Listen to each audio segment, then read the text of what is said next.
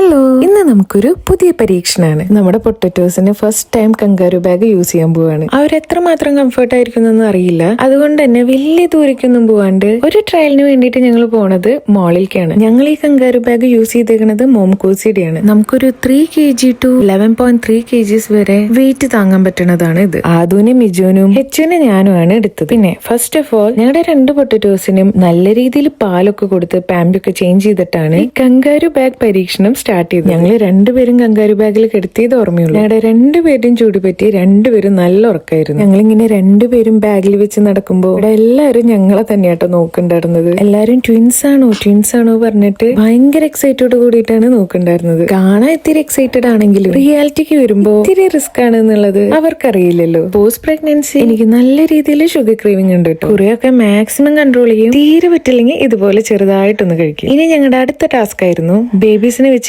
എങ്ങനെ ഫുഡ് കഴിക്കുന്നുള്ളത്. ഞങ്ങള് 2 പേര് ആരെ മക്കള് ഫുഡ് വന്നതേ ഓർമ്മയുള്ളൂ. ഇതൊന്നും ഒരു പ്രശ്നമേ അല്ല എന്നുള്ള രീതിയിലാണ് ഞങ്ങൾ ഫുഡ് കഴിച്ചത്. അങ്ങനെ നമ്മുടെ കങ്കാരു ബാഗിന്റെ ഫസ്റ്റ് പരീക്ഷണം ഗ്രേറ്റ്ലി സക്സസ്ഫുൾ ആയി. ഇനിയിപ്പോ എന്തായാലും കുറച്ചും കൂടി ലോങ് നോക്കാം. അപ്പൊ ശരി, സീ യു ദെൻ.